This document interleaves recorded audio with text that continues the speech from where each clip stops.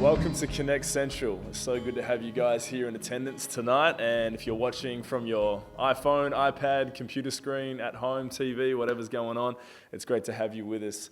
It's my honor and privilege to be able to bring the word tonight for our senior pastors and for our church. The pressure's on now. You know, it's not on the recording, but Caddy just was praying about the meat, you know, and the real in-depth sort of teaching tonight. I feel it could be probably the furthest thing from that because of the simplicity of what I've really sort of felt to share tonight. I had a question about 3 weeks ago from someone who is interested in, you know, all things God, life, eternity, spirituality, and she simply said to me, you know, it was a girl that works with me. She just said, "What is the gospel?" And that's a word that I think so many of us are around so often. The gospel, even non-Christians have heard of something. The gospel, it's different. I noticed the gospel is something different to different people. It's a lot of things to a lot of different people. And I was posed with this question, what is the gospel? And I'm thinking, you're a pastor. You've been walking with God now, you know, longer than you haven't been walking with him. And this is something that you should just be able to rattle off. But it was something that I kind of found myself going, how do I simply put this for someone who doesn't understand the church lingo or the kingdom language or biblical, you know, worldview? Like, how do you explain this in a way that is going to be relevant to them? And that sort of frames me in the last few weeks and what I've sort of been looking at. What is the gospel? And I'm sure right now many of you are kind of thinking, well, how would I explain it if somebody asked me? What is the gospel? It's the good news. Yeah, about what? About Jesus. Why is Jesus even good news? Like, think about the gospel in terms of, you've never heard this before. Okay, yeah, I heard the story about some guy that was born in the shed and he was God's son and he was supposed to save the world by dying. How does this, what equates? How do I understand this and actually see the relevance and the impact of what I believe to be the greatest truth, and not the greatest truth, but the absolute truth for everything in our existence, in our universe, in creation in general? The gospel, when I think about its essence, it's a dangerous declaration. It is the most just stupendous statement. It is just something that is absolutely radical in its claim that one person's death and resurrection could make a way for fallen or imperfect, if you like, mankind to be reconciled to our Creator. Not just reconciled so that we no longer receive and have to suffer the full brunt of judgment which this imperfection seems to attract, but also to get what we don't deserve, which is the grace and the love and the acceptance and the freedom and the release and all of these things that the gospel is really about as well. So even as you're sitting here tonight, and if you're taking notes, that's awesome. You need notes to get into heaven. They check for notes when you get to the pearly gates. I'm joking if you're watching at home or if you're tuning in for the first time, but I encourage you to write down, what is the gospel to you? What is the gospel to you? What is it? How would you explain it? And if you come up with something good, let me know, because I'm always on the hunt for a great way to explain it as well. But I look at the gospel that Jesus preached. I look at the prophetic words that were about Jesus, the Messiah, and the gospel that he would bring. And it's one of the foundational scriptures of Hope Central, our church, our community. And that is Isaiah 61, verses 1-3. And it says, "The Spirit of the sovereign Lord is upon me, for the Lord has anointed me." And that word anoint means to empower, to equip. It means to smear over with God's inherent power, his blessing, his authority. So Jesus, or not Jesus, the prophet Isaiah in Isaiah is talking about the coming Messiah, the coming of Jesus, and that he would be anointed. He would have all of God's authority smeared over him so that he could bring good news to the poor. Is that just the poor financially? I do not believe so. I think it is not exclusive to the poor financially, the poor in spirit, the poor in soul, the poor emotionally, in any area that is lacking in our lives. there is a good news for that person. It says that he has sent me to comfort the brokenhearted, to proclaim the captives will be released and prisoners will be freed. He has sent me to tell those who mourn that the time of the Lord's favor has come, and with it, the day of God's anger against their enemies. So there's a retribution, there's a protection there. It's not just about a freedom and a release. It's like not only have you been set free from a prison, metaphoric, spiritual, physical, financial, emotionally, mental, whatever it may be, but as you are released, there is a protection and a provision that goes with you as you go into that freedom.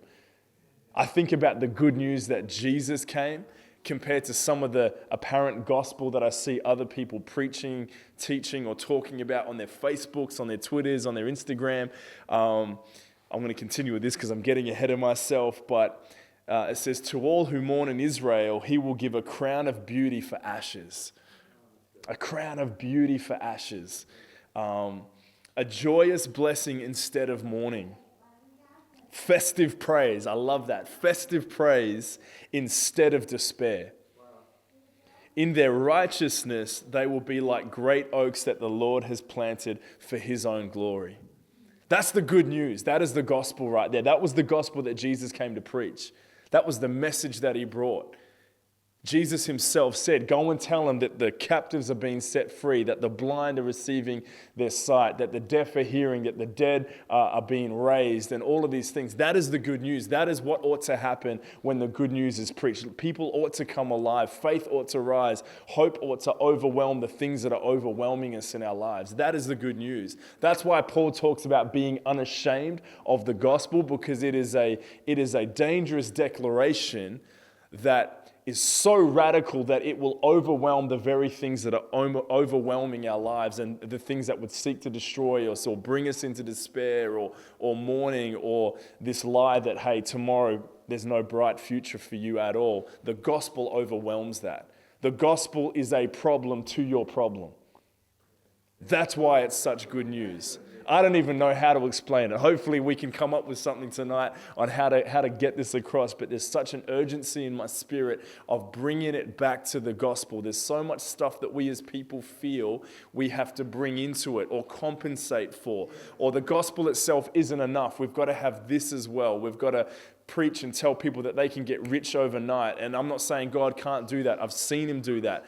But I don't believe we need to include anything. It's not the gospel plus your cool preaching. It's not the gospel plus your big stage lights and polished worship team. It's not the gospel plus being relevant and social media and having all the Facebook likes. It's not the gospel plus, you being, I don't know, the gospel plus nothing. It is simply the gospel, because that is what the power is. Paul talks about the gospel not being in speech, but in demonstration of power. Power is defined as something that can change and rearrange its environment. A stick of dynamite can change and rearrange its environment. We often think that dynamite is used as a destructive thing. It's not. It's actually there as a very positive force. Why? Because it clears obstacles, or it allows for rebuilding and structuring of something. It turns chaos into order. And the Greek word for power is dunamis, which is where we get our word dynamite, which is why I wanted to use that as an illustration. But I read something on Facebook, a guy that I know, and I've known him for many, many years. He's a pastor. And it's almost like every single post that he puts on his Facebook is all about what the church needs to do.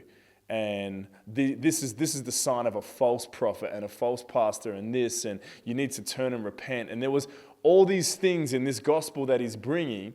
There's a lot of things in his gospel, things like a condemnation spirit, things like, oh, you need to do this and not that. And, this is really what church should be about. And it's almost like this moral high ground, this moral grandstanding. But nowhere in his gospel did I see there is a love and a grace. And even if you've squandered the forgiveness and the redemption and the grace and the goodness that God just out of his own awesomeness just lavishes upon us, I didn't see any room for that in his gospel. And unfortunately, that is a lot of what our world has encountered when you ask them, hey, what do you think about the gospel? A very good friend of mine, he's my team leader at work. He's a leader at EV Church at Erina, and he was telling me about this survey that they do year in and year out, and they just ask friends, family, workmates a question. And a couple of years ago, I think last year, they asked the question, who do you think Jesus is? Who do you actually think? Did he exist? Didn't he? What was he? Was he a teacher, a prophet, just a holy man? Was he actually who he claimed to be? The year before that was, what do you think happens after this life? Or something along those lines. What's your opinion of this life and what might happen after it? Is there nothing? Is there an eternity? Is there a heaven and a hell? And they just collate all of these information and they begin to speak off it and teach off it, which is fantastic. Their question this year is, what is your biggest question in life? I thought, that's amazing. What an open door. What a doorway that would be to share the gospel with somebody, you know. So I think the gospel that people have encountered sometimes is not actually the gospel. I think it's someone's version of it. There's a religious version of it. Yeah, exactly. Or there's maybe the gospel through my filter, my worldview, my lens, and I think we all have that. We all have something, you know, something that we filter everything that we hear and experience through. But when I get back to the simplicity of the gospel that Jesus came with, it was about freeing people. It was about bringing vision where there was no vision. It was about bringing hope where there was no hope. It was about resurrecting life on the inside of someone who had no more reason to live or to try or to fight. It pretty much was a reason to continue. A reason that, hey, the rest of your life will be the best of your life as a result of encountering my love and my grace. That's the gospel that Jesus came. And it was applicable to anyone and everyone, regardless of their past, regardless of their current, you know, feelings of qualification or not qualifying for it. The gospel is beautiful. The gospel is beautiful. It's the greatest love story you could ever imagine. Forget the Notebook. Forget the Proposal. Forget the Little Mermaid. Forget whatever Disney classic or love story, you know, you could think of. This is the greatest love story that was ever told. And this one actually happens to be true. And it is the love story written and the love letter written to every single one of us, which I just think is just awesome. Yeah, praise God. He's so good. He's so good.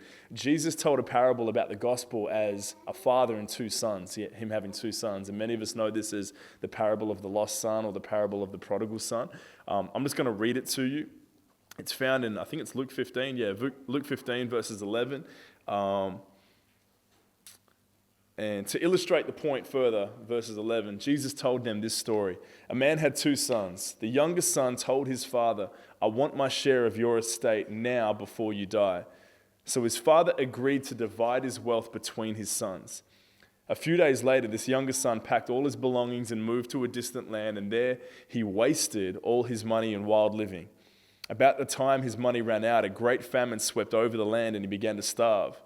He persuaded a local farmer to hire him, and the man sent him into his fields to feed the pigs. The young man became so hungry that even the pods he was feeding the pigs looked good to him. But no one gave him anything. When he finally came to his senses, he said to himself, at home even the hired servants have food enough to spare, and here I am dying of hunger. I don't know about you, but after about 3 hours of no food, I lose my salvation. I'm just ready to I can't handle it, right? He goes, here I am dying of hunger. I will go home to my father and say, Father, I have sinned against both heaven and you, and I am no longer worthy of being called your son. But hang on, I lost myself. Yeah, please take me on as a hired servant. So I'll work for you, not even as my dad, but as my boss. So he returned home to his father, and while he was still a long way off, his father saw him coming.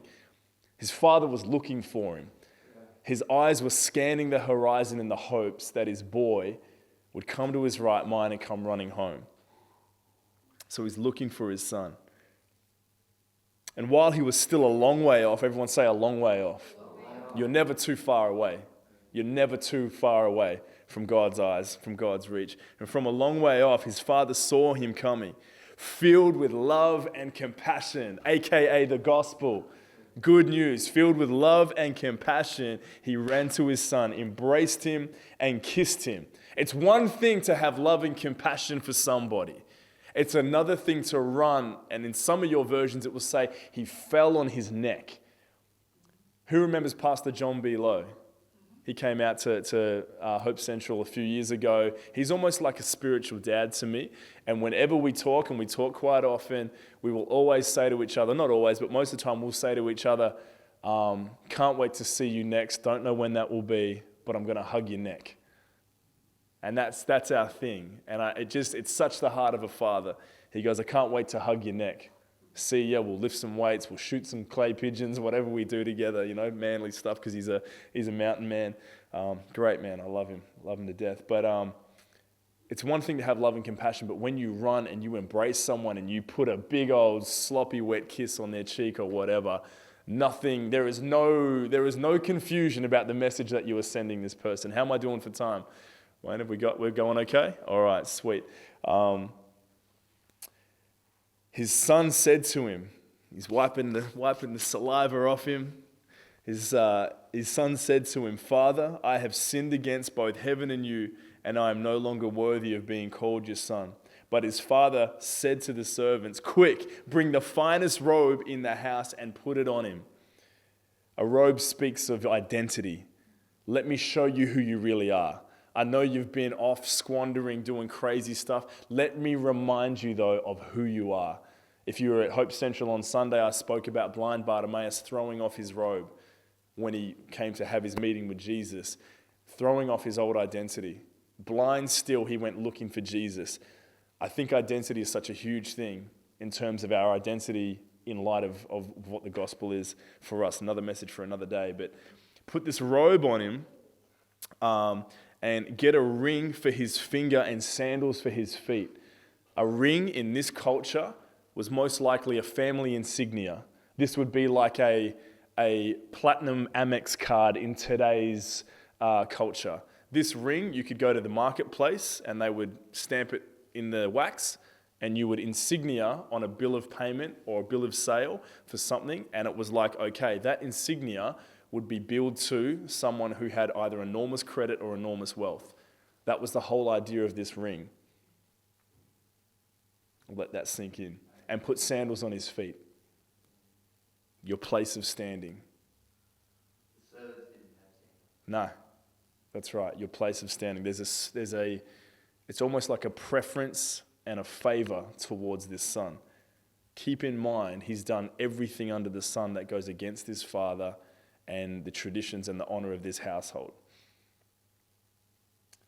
Get a ring on his finger, sandals for his feet, and kill the calf we have been fattening. We must celebrate with a feast, for this son of mine was dead and has now returned to life. He was lost, but now he is found.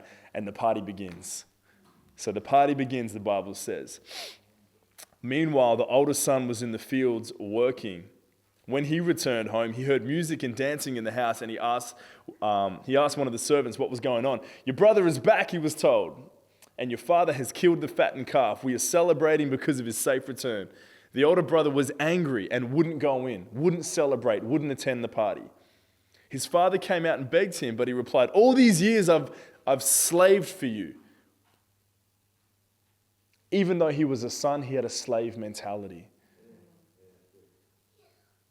He said, all these years I've slaved for you and never once refused to do a single thing you told me to. And in all that time, you never gave me even one young goat for a feast with my friends. You didn't throw me no parties. No robe, no ring, no sandals for me, no fattened calf to us to, put on the spit and have a big old feed, or we're Kiwis, so we have hungies, you know what I mean? So whatever it is, but you didn't throw no party for me. Where have you been? My life, my whole life.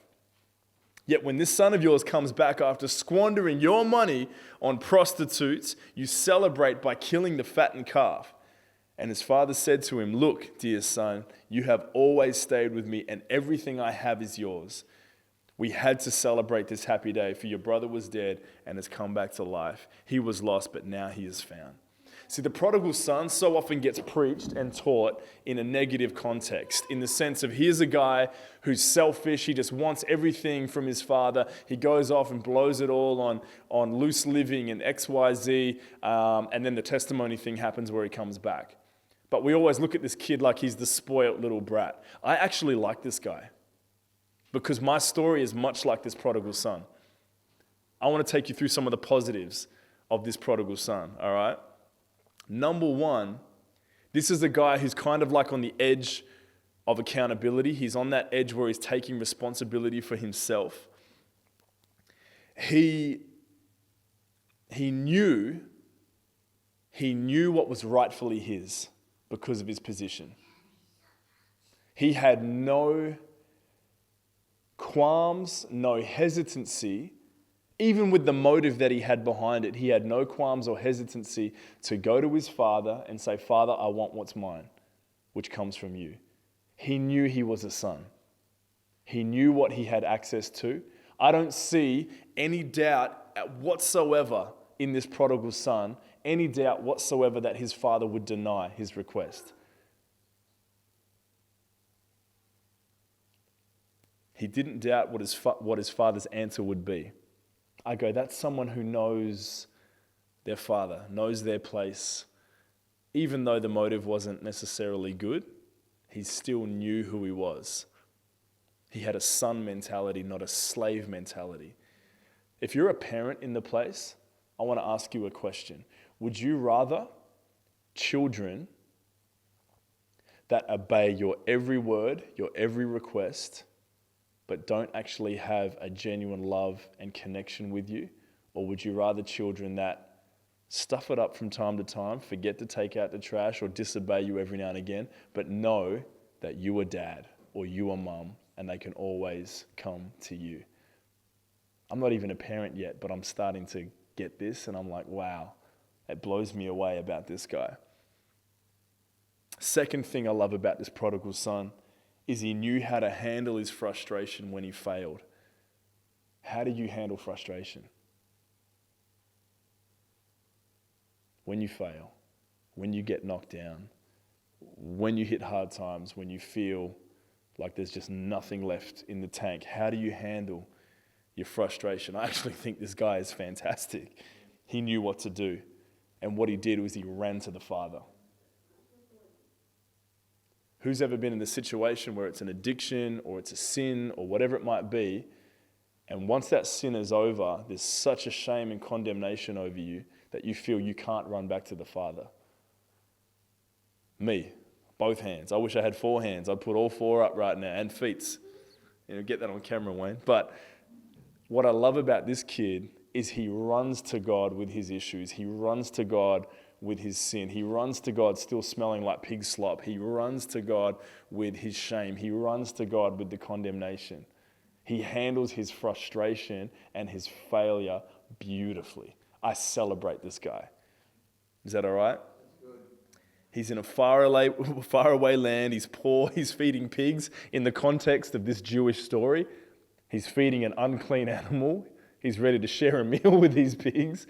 This is pretty huge. This is pretty like, oh my gosh. It's one thing to be, soliciting prostitutes and getting drunk as a Jewish man, but then to be eating thinking about eating pig slop. This guy's just, he's breaking all the rules, right?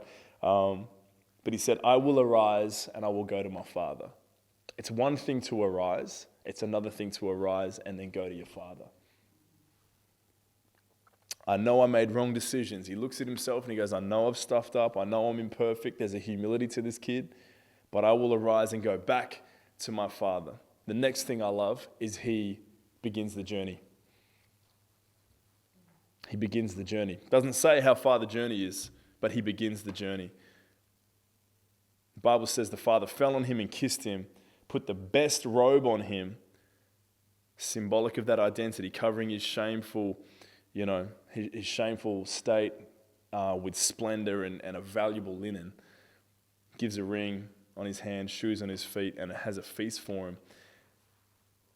And the elder brother's in the field and he hears the celebration. This young man knew how to celebrate his own party. Can I just be real with you? when you get excited about returning to God, or you are excited about things that are going on between you and the Father, don't expect everyone to come to your party. Don't expect everyone to be as excited as you are. Don't expect them to always understand. Don't even expect them to be happy for you. Yeah. It'll happen. People aren't evil. They don't have malicious hearts most of the time. Sometimes it is what it is. We have these older brothers in our lives that just don't want to come to the party. But what I love about this kid is he celebrates his own party. He knows how to celebrate. He doesn't allow the negative attitude or opinion towards him stop him from enjoying what his father wants to do in his life. Is that all right? Okay. How many of us feel bad for celebrating the victories that God's giving us? Maybe when others around us aren't seeing the revelation, aren't seeing the love and grace of God in their lives, or the power or the manifestations or the provision or the miracles or whatever. I'm encouraging you, like I'm encouraging myself, celebrate your own party. I think it's really, really important. The older brother's been around all the time. He's never asked for anything that was his. And I think, to wrap this up, I just think how many Christians are living like the older brother. They're living under the blessing. They're living under this new covenant that we've heard about from Pastor Jerry these last 3 to 4 weeks. They're living under healing. They're living under provision and prosperity. They're living under a security, knowing that, hey, I don't know what the future holds, but I know who holds my future. They're living under all of this they're under the roof of all of this, but they still have the mentality of a slave. I have to do everything required of me. And even then, I still can't enjoy all the blessings of my Father. So I love this prodigal son. He's so often seen in a negative light, but I think you're a champion, man, because your story is so much like mine. And it encourages me to know that even though I'm out there in a faraway land, foreign, and it's hectic, and I'm making mistakes, I know that I can arise, I can return to my Father, and there's a robe and a ring and sandals and a big slab of cow getting thrown on the barbecue to celebrate my return. So my encouragement with you tonight, praying that this blesses you and you at home watching, that you would be that prodigal son regardless of how far away your land is, and know that you're a son, not a slave. Amen. Amen. Thank you guys so much.